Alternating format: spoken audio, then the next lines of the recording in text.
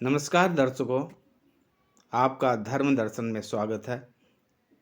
इस चैनल को like, subscribe एवं अपने मित्रों में शेयर करें। शान्ताकारं भुजगशयनं पद्मनाभं सरीशं विश्वाधारं गगनसदृशं मेघवर्णं शुभांगं लक्ष्मीकान्तं कमलनयनं योगवीर्ध्यानगम्यं वन्दे विष्णुं भवभयहरं सर्वलोकैकनाथं वसुदेवसुतं देवं कंसचाणूरमर्दनं देवकी परमानन्दं कृष्णं वन्दे जगद्गुरुम्। ओम श्री कृष्णाय नमः। श्री हरिवंश पुराण हरिवंश सुनने का महात्म्य।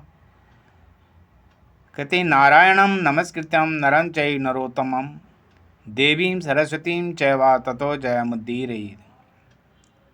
नित्य सत्य अनादि अविनाशी अखंड अछेद अभेद नारायण रूपी भगवान श्री कृष्ण नर एवं नर श्रेष्ठ अर्जुन देवी सरस्वती तथा महर्षि वेदव्यास जी को नमस्कार करके जय का पाठ करना चाहिए।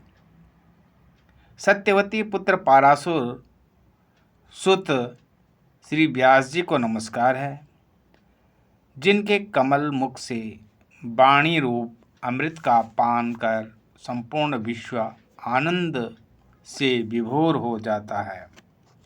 एक बार जन्मेजय जी ने वैशंपायन जी से हरिवंश की कथा सुनाने के लिए निवेदन किया। वैशंपायन जी बोले, ब्रह्मा विष्णु महेशानाम हरिवंश जगो वपुः शब्द ब्रह्मयम विद्धि हरिवंश सनातनम। शाब्दे ब्रह्मणि निष्णातः परब्रह्मधि गच्छति हरिवंश पुराणे तो क्षते वे राजसत्तम।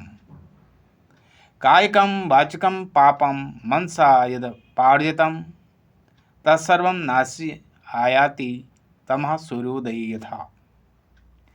ज्ञानियों ने हरिवंश को ब्रह्मा विष्णु और महेश का स्वरूप बताया है, इसलिए इसे सनातन शब्द ब्रह्ममय समझना चाहिए। इसमें निष्णात पुरुष परब्रह्म को प्राप्त होता है।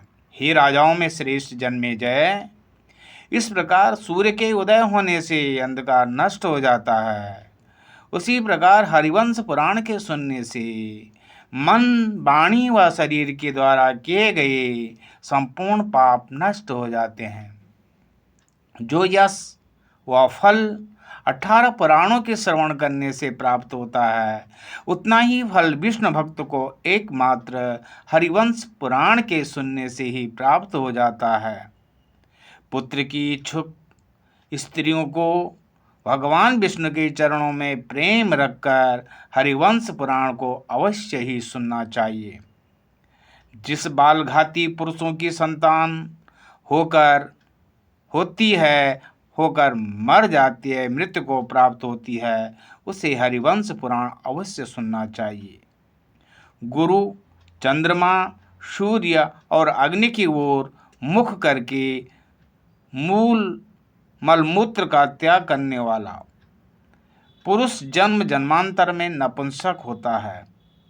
फल फूल तोड़ने व बाल हत्या करने वाली माता पिता से उनकी संतान को विरोध करा देने वाली, दूसरी स्त्रियों के गर्भ को नष्ट करने वाली और उसी प्रकार के बुरे कार्य करने वाली स्त्रियां अपुष्पा, मृतवत्सा, काकवंद्या, कन्या, प्रजा तथा श्रावयुक्त दोषों वाली तथा अन्य सभी प्रकार के दोषों को नष्ट करने के लिए हरिवंश दृढ़ शब्दों में सदा ही उद्घोषित करता है कि मेरे को सुनने मात्र से ही संपूर्ण दोष नष्ट हो जाते हैं।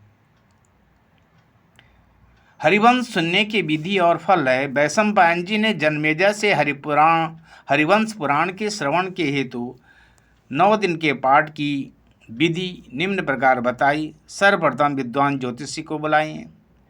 हरिवंश पाठ हेतु शुभ मुहूर्त निकलवाना चाहिए। भादो का महीना, अश्विन का महीना, कार्तिक का महीना, मार्गशीर्ष का महीना, आषाढ़ और श्रावण में हरिवंश को सुनने से सभी प्रकार के शुभ कार्यों की प्राप्ति होती है तथा सभी मनोकामनाएं पूर्ण होती हैं।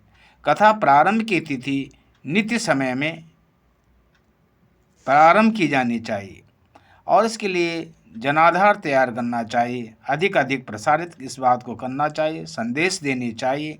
भगवत भक्ति, हरि कीर्तन मंडलियाँ आदि विरक्त वैष्णव संत पुरुषों को भी सभी को कथा सुनने के लिए आमंत्रित करना चाहिए। यहाँ 9 दिन तक सत्पुरुष समागम और सत्पुरुष का परम दुर्लभ अवसर प्राप्त हुआ है। अतः आप सभी पधार का हरिवंश कथा का श्रवण कर यश के भागी बने। इस प्रकार कहकर कथा श्रवण हेतु आए हुए लोगों के लिए ठहरने का उचित प्रबंध होना चाहिए। कथा सुनने का स्थान कोई तीर्थ हो, वन हो अथवा अपना घर होना चाहिए।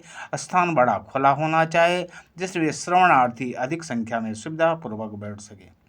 पूजा स्थल को शोधन करना चाहिए, मार्जन करना चाहिए, लेपन रंग बिरंगी धातुओं से चौक पुनना चाहिए, सुंदर तस्वीरों से भली भांति सजाना चाहिए, मंडप का सुंदर फाटक बनाना चाहिए, चारों दिशाओं में पताकाएं फहरानी चाहिए। मंडप में कुछ ऊंचाई पर 7 लोग बनाकर उसमें विरक्त ब्राह्मण आदि को नीचे 7 लोगों में साधारण को बैठाना चाहिए। विरक्त ब्राह्मण के लिए श्रेष्ठ आसन, कथावाचक के लिए दिव्य आसन व्यवस्था होती है। वक्ता का मुख उत्तर की ओर होने पर श्रोता का मुख पूर्व की ओर अथवा वक्ता का मुख पूर्व की ओर होने पर श्रोता का मुख उत्तर की ओर होना चाहिए। विष्णु भगवान का परम भक्त, वेद शास्त्रों का ज्ञाता, ग्रंथ के भाव को जानने वाला, कुशल, धैर्यवान एवं दयालु ब्राह्मण को वक्ता बनाना चाहिए। पाखंडी पुरुष भले ही वह कितना ही बड़ा विद्वान हो, उसको वक्ता नहीं बनाना चाहिए तथा एक अन्य व्यक्ति वक्ता के सहायक के रूप में होना चाहिए। यह सहायक व्यक्ति भी योग्य व विद्वान होना चाहिए जो कथा के किसी अंश व श्रोता के भ्रम का निवारण करने में समर्थ हो तथा जनसाधारण को भली भांति कथा को समझाए।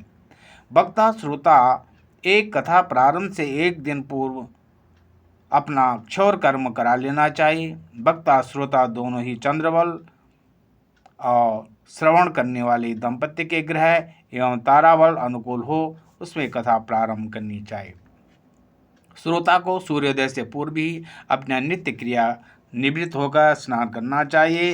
मन और इंद्रियों को वश में करके संध्या वंदन, पूजा पाठ, ब्राह्मणों से स्वस्ति वाचन कराना चाहिए और सामर्थ्य के अनुसार पूजन कर्म को संपन्न करना चाहिए। सर्वतो भद्रमंडल बनाकर पूजा का विधान प्रारंभ करें और गणेश जी का पूजन करने के बाद संपूर्ण सलक्ष्मी पुत्र सहितं गोपालं स्थापयित ततः निर्विघ्नेन सिद्ध्यर्थं देव पूजन पूर्वकम।